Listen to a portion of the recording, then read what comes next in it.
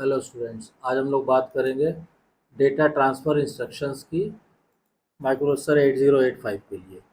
तो देखिए, इन इंस्ट्रक्शंस को हम डेटा ट्रांसफ़र इंस्ट्रक्शन कह लीजिए या डेटा ट्रांसफ़र ग्रुप कह लीजिए, group of instruction, data transfer group of instructions. ठीक है। तो देखिए, डेटा ट्रांसफ़र इंस्ट्रक्शन क्या होते हैं कि data transfer group of instruction copies data from source to destination without modifying the content of the source. यानी इन डेटा ट्रांसफ़र इंस्ट्रक्शन का काम क्या होता है कि जहाँ पे भी डाटा है, यानी जहाँ पे भी सोर्स में डाटा है वहाँ से डाटा लेते हैं और as it is without making any change into it, वो इसको डेस्टिनेशन पे भेज देते हैं। ये काम होता है डाटा ट्रांसफ़र इंस्ट्रक्शन का। अब इन इंस्ट्रक्शंस को हम क्या कर सकते हैं कि इनको हम डिफरेंट कैटेगरीज में डिवाइड कर सकते हैं। मतलब the various types of data transfer that are possible between direct data register and memory location. तो अब देखिए, इसको हम डिफरेंट कैटेगरीज में इस तरह डिवाइड कर सकते हैं कि सपोज कीजिए यहाँ पे हमने लिखा से दिस इज डेटा ट्रांसफ़र, यहाँ पे हमने लिखा डेटा ट्रांसफ़र, ये तो मान लीजिए सीरियल नंबर हो गया, ठीक। और यहाँ पे हम लिख सकते हैं एग्जाम्पल, ताकि आपको क्लियरली ये समझ में आ जाए, ठीक। अब जैसे पहला हमने लिया, सपोज कीजिए कि बिटवीन रजिस्टर, मतलब एक रजिस्टर से डेटा उठा के दूसरे रजिस्टर में ट्रांसफ़र करना। तो यानी कि ये हो गया रजिस्टर, जैसे हमने एग्जाम्पल दिया रजिस्टर बी से इसमें रजिस्टर डी में, रजिस्टर डी में। एक तो इस तरह का हो गया। मतलब कितने तरह के हो सकते हैं डेटा ट्रांसफ़र, वो हम आपको बता रहे हैं। सेकंड हो गया आपका कि specific data byte to register और ए मेमोरी लोकेशन। यहाँ पे क्या है, डायरेक्टली ही डाटा दिया हुआ है, यानी कि data byte directly to register या किसी मेमोरी लोकेशन पे। मेमोरी लोकेशन मतलब क्या हुआ कि जो भी डाटा है वो यहाँ पे लिख दिया हमने, ये डेटा बाइट डायरेक्टली जाएगा से हमने कहा रजिस्टर बी में, इस तरह। थर्ड टाइप क्या हो सकता है कि between memory location and register, मतलब एक मेमोरी लोकेशन से बिटवीन मेमोरी लोकेशन, मेमोरी में डाटा स्टोर है, उसको वहाँ से उठा के और रजिस्टर में भेजना या वाइसा वर्सा। तो between memory location to register, तो इसको हम लिख सकते हैं ऐसे, मेमोरी लोकेशन से उठाया डाटा और रजिस्टर में से भेज दिया हमने, ठीक। उसके बाद क्या है, between input output device and the accumulator. Next type का जो डाटा ट्रांसफ़र है वो क्या है, between N input output device, input या आउटपुट डिवाइस से डाटा ले या दे रहे हैं और उसको कहाँ भेज रहे हैं, एक्यूमुलेटर में। और एक्यूमुलेटर भी आपको मालूम है कि क्या है, एक रजिस्टर ही है एक्यूमुलेटर में। तो यानी कि हमने इस तरह लिखा है, इनपुट डिवाइस और रजिस्टर में। और फिफ्थ टाइप का जो हो सकता है डेटा ट्रांसफ़र इंस्ट्रक्शन, वो होता है between A register pair and the stack, between A register pair and stack, ठीक है। मतलब रजिस्टर पेयर में जो डाटा है, रजिस्टर पेयर डेटा, उसको कहाँ भेज रहे हैं, स्टैक लोकेशन में, स्टैक लोकेशन। तो जितने भी तरह के डेटा ट्रांसफ़र इंस्ट्रक्शन हैं उनको हम कैटेगराइज कर सकते हैं इन 5 कैटेगरी में, between register, between this this this and this. तो ये आप क्लियरली इसको समझ लीजिए। अब हम लोग बात करें कि जो डेटा ट्रांसफ़र ग्रुप है, ग्रुप ऑफ इंस्ट्रक्शन, उसमें कौन कौन से इंस्ट्रक्शन आते हैं, ठीक है। तो देखिए, data transfer group of instructions, ठीक है, इंक्लूड्स, इसमें कौन कौन सी इंस्ट्रक्शन आती है वो आप लिख सकते हैं, 12-13 तरह की होती है। और इसको फिर आगे कमिंग लेक्चर्स में हम लोग वन बाय वन डिस्कस कर सकते हैं, ठीक है। तो जैसे मान लीजिए पहला हो गया, पहला क्या हो गया, मूव, हमने लिखा मूव। और आरडी का मतलब देखिए डेस्टिनेशन रजिस्टर, ये आप समझ जाइए, और आरएस का मतलब सोर्स रजिस्टर। पहला तो इंस्ट्रक्शन ये हो गया। दूसरा हमने कहा move R comma M, memory location से मूव करा रहा है रजिस्टर में। तीसरा हो गया मूव एम कॉमा आर, यहाँ रजिस्टर से मेमोरी लोकेशन में। फोर्थ हो गया मूव इमीडिएटली, ये M V I R comma data, data इसमें क्या होता है, डेटा को डायरेक्टली रजिस्टर में मूव करा। अभी सारे इंस्ट्रक्शन को वन बाय वन करके डिस्कस करेंगे कमिंग वीडियोज में। फिफ्थ आ जाइए, ये हो गया M V I, M V I data, data को मेमोरी में मूव करा रहा है, एम वी आई, ये जेड लगने लगा, आई, ठीक है। सिक्स आ जाइए एल एक्स आई, एल एक्स आई, यहाँ हो जाएगा आर पी कॉमा, यहाँ लिखिए 16 बिट डेटा, इस फॉर्मेट में रहेगा। नेक्स्ट है एल डी ए, और फिर यहाँ हमने दे दिया एड्रेस। फिर नेक्स्ट है आपका S T A, store the accumulator, और फिर हमने दे दिया एड्रेस। तो 8 इंस्ट्रक्शन तो ये हो गए। फिर आप आ जाइए 9, 10, 11, 12 और 13। अब नाइन्थ इंस्ट्रक्शन क्या हो गया, नाइन्थ हो गया आपका L H L D address, L H L D, और यहाँ फिर एड्रेस। ये सब अभी हम इंस्ट्रक्शन लिख रहे हैं जो इंस्ट्रक्शन डेटा ट्रांसफर ग्रुप में आते हैं। फिर है आपका S H L D address, उसके बाद L D A, L D A X और आर पी, उसके बाद है store the, S T A X और आर पी, और लास्ट है आपका exchange, X C H G. तो देखिए ये जो 13 इंस्ट्रक्शन हमने आपको लिखे हैं, ये 13 इंस्ट्रक्शन डेटा ट्रांसफ़र का काम करते हैं। ये सिंपली सोर्स से डेटा कॉपी करते हैं और without making any changes into it, ये इसको डेस्टिनेशन तक पहुंचा देते हैं। तो यही मेन काम होता है डेटा ट्रांसफ़र इंस्ट्रक्शन का। अब इन सारे इंस्ट्रक्शन को, जो 13 इंस्ट्रक्शन आपको दिए हुए हैं, हम लोग इसको वन बाय वन करके एकदम क्लियरली समझेंगे, इनके टाइमिंग डायग्राम समझेंगे, सारी चीज़ें समझेंगे, तो आपको एकदम क्लियर हो जाएगा कि डेटा ट्रांसफ़र इंस्ट्रक्शंस का क्या यूज़ होता है।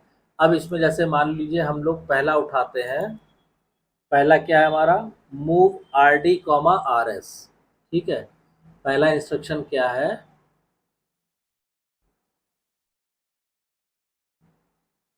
मूव आर डी है डेस्टिनेशन रजिस्टर और आर एस है सोर्स रजिस्टर, ठीक है। अब इसमें देखिए क्या होता है कि इसमें आपको सारी चीज़ें जो है क्लियर होनी चाहिए, ठीक है। सारी चीज़ें मतलब अभी आगे जब हम और भी इंस्ट्रक्शन पढ़ाएंगे तो उसमें देखिए जो जो इम्पोर्टेंट चीज़ें आपको किसी भी इंस्ट्रक्शन के बारे में पूरा होना चाहिए, पता होना चाहिए, वो क्या है कि सबसे पहले निमोनिक, मतलब कैसे लिखेंगे उसको। फिर यहाँ हम लिखेंगे क्या ऑपरेशन हो रहा है, ठीक। फिर उसके बाद हम लिखेंगे कितने बाइट्स की इंस्ट्रक्शन है, नंबर ऑफ बाइट्स। फिर आपको पता होना चाहिए machine cycle, machine cycle move instruction के लिए, ठीक। ये चीज़ें आपको पता होनी चाहिए। और एल्गोरिथम क्या, या चलिए यहीं पे लिख देते हैं, एल्गोरिथम क्या है वो पता होना चाहिए। फिर फ्लैग्स, उसके बाद एड्रेसिंग मोड क्या है, एड्रेसिंग मोड, और फिर लास्ट में कितने टी स्टेट्स में ये एग्जिस्ट करता है, टी स्टेट्स। ठीक, ये सारी चीज़ें देखिए, अभी सारे इंस्ट्रक्शन के लिए हम बताएंगे आगे आने वाले वीडियो में। तो हर एक इंस्ट्रक्शन के लिए, जैसे आज हम लोग बात कर रहे हैं किसकी, move R D comma R S, यानी ये इंस्ट्रक्शन क्या करेगा, ये आर एस में जो डाटा है उसको मूव करा देगा आर डी। यहाँ पे मैं आपको ओरली बता चुका हूँ, फिर भी आपको समझने के लिए लिख दे रहा हूँ। आर डी क्या है,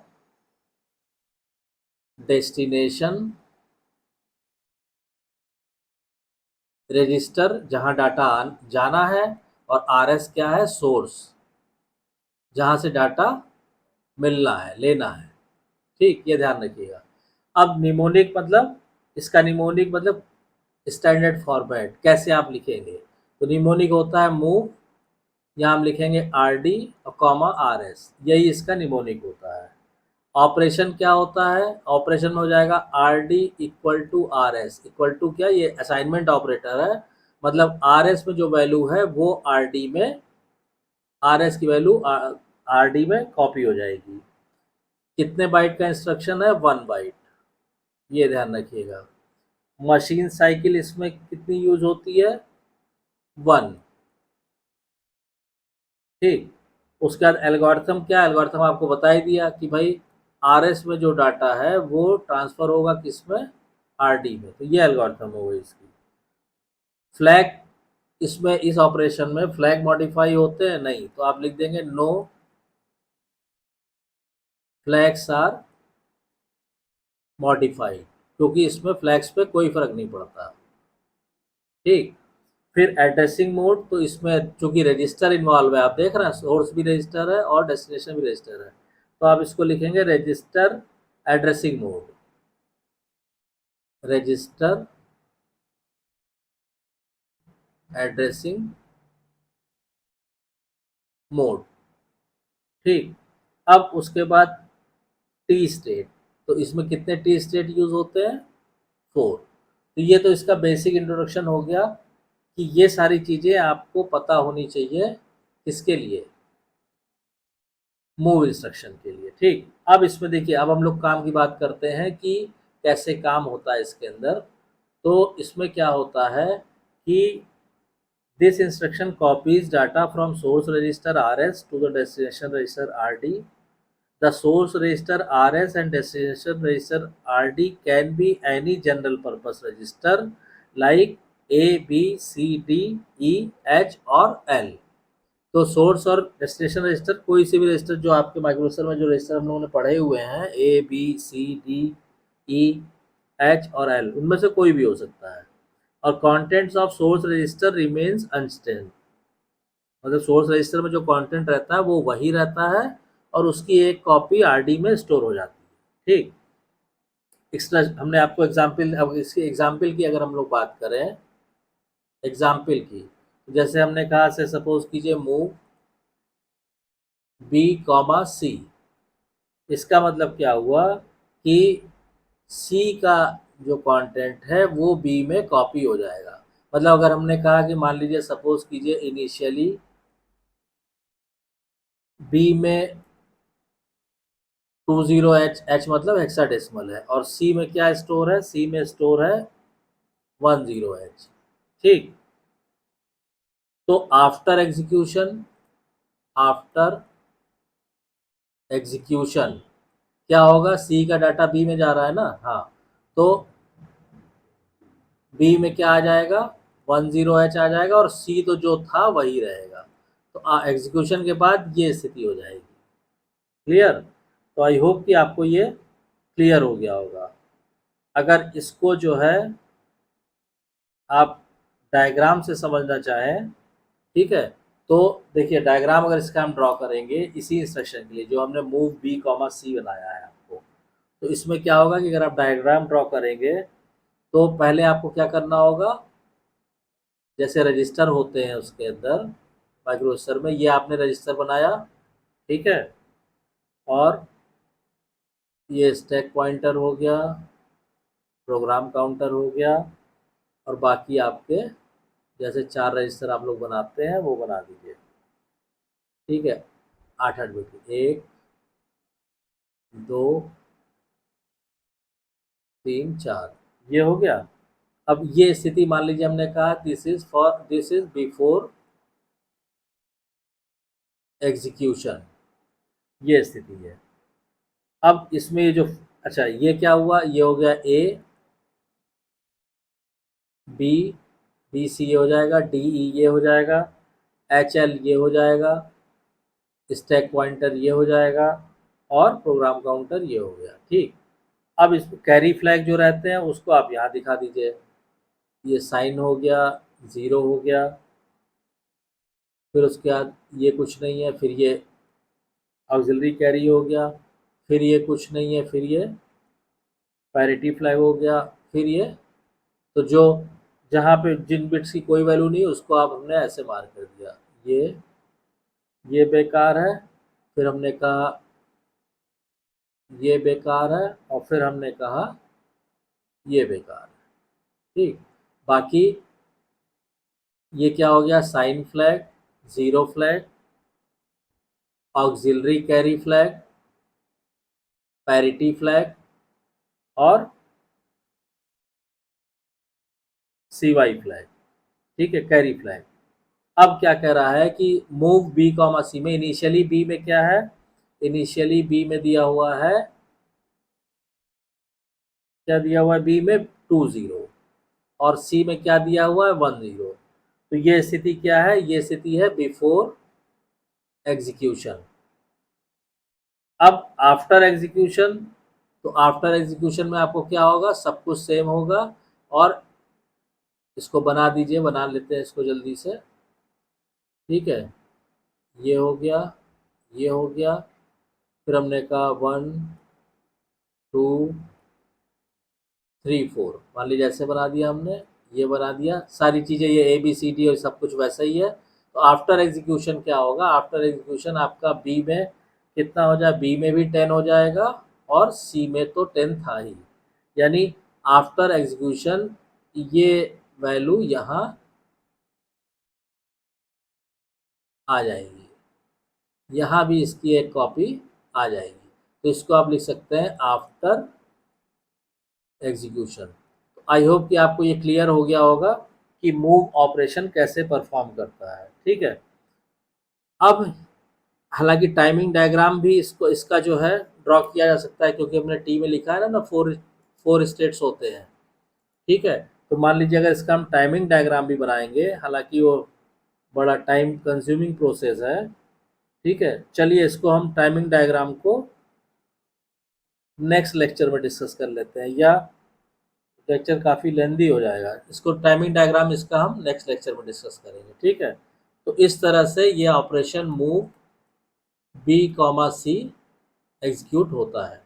तो आई होप कि, हालांकि इसका टाइमिंग डायग्राम भी यहीं बनाना चाहिए था, लेकिन ये कि that will take time, that's why मैं सोच रहा हूँ कि उसको नेक्स्ट लेक्चर में एक्सप्लेन कर दूंगा आपको, तो ज़्यादा बेटर रहेगा। तो आई होप कि आपको ये वीडियो कंटेंट पसंद आया होगा, चीज़ें एकदम क्रिस्टल क्लियर हो रही होंगी।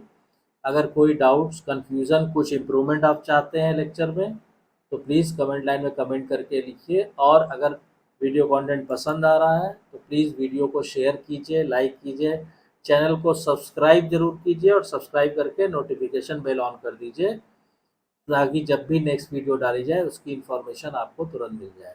Thank you.